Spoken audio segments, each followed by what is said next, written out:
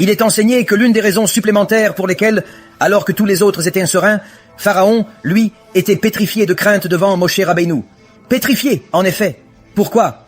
Car Hakadosh Baruch Hu dit « Je le rendrai tel un serviteur à ton égard. Il te craindra. » Pourquoi?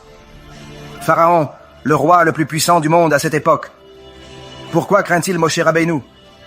Moshe ne vient pas avec une armée. Il n'est ni un ninja, ni un samouraï. De quoi a-t-il peur? Il est rapporté que, chaque fois que Moshe Rabbeinu se présentait, Pharaon voyait soudainement Gehenom, comme mentionné dans le Midrash Reven. Hakadosh Baruch Hu lui montrait Gehenom, ce qui s'y déroulait et ce qui allait advenir à Pharaon. Qu'adviendra-t-il de Pahor en Gehinom? Il commence à voir, et il est pétrifié. Tous les autres ne le voient pas. Il est le seul à le voir. C'est ce que dit le Midrash Choveni. Je me demande simplement, s'agit-il du Gehinom de 12 mois ou du Gehinom éternel? Je n'en suis pas certain.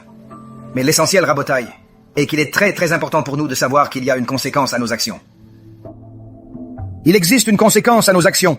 De même qu'il existe une conséquence à nos actions si nous ne nous acquittons pas adéquatement de nos obligations professionnelles, et de même qu'il en découle une si nous ne dispensons pas un service de qualité à notre clientèle. Ainsi en va-t-il également si nous ne nous comportons pas en époux exemplaire, si vous n'êtes pas un bon mari, une bonne épouse, un bon enfant ou un bon parent.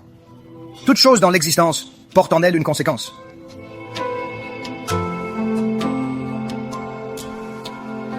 Il nous faut également savoir que cela est une conséquence de ne pas écouter Hachem.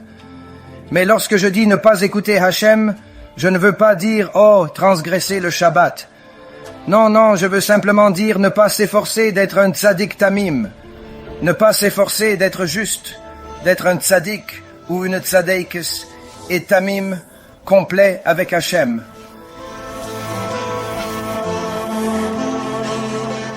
Car si vous n'aspirez pas à une pleine complétude avec Hachem, si vous n'aspirez pas à une parfaite justice devant Hachem, alors vous aspirez à autre chose. Et cette autre voie n'est pas une destination souhaitable. Vous devez aspirer à l'excellence suprême. Vous n'y parviendrez peut-être pas aujourd'hui, ni demain, ni même cette année ou l'année prochaine, mais vous devez absolument aspirer à l'excellence suprême. Aspirer sans cesse à progresser est l'unique voie pour garantir votre amélioration, votre teshuva et votre perfectionnement quotidien. Sinon, laisser votre neshama stagner vous laissera simplement emporter par le courant. Inéluctablement, vous atteindrez une pente et entamerez une marche arrière. Non, je suis bien là où je suis. Cette quiétude est illusoire. Et Hakadosh Baruch Hu dit, non, vous ne serez pas bien de sitôt. L'âme doit progresser. Il n'est point concevable qu'un juif puisse s'élever spirituellement sans faire d'efforts, sans un travail constant.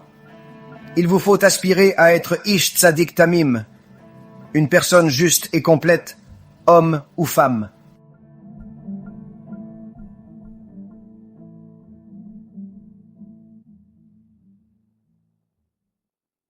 Musique, musique, une mélodie divine qui élève l'âme et l'esprit.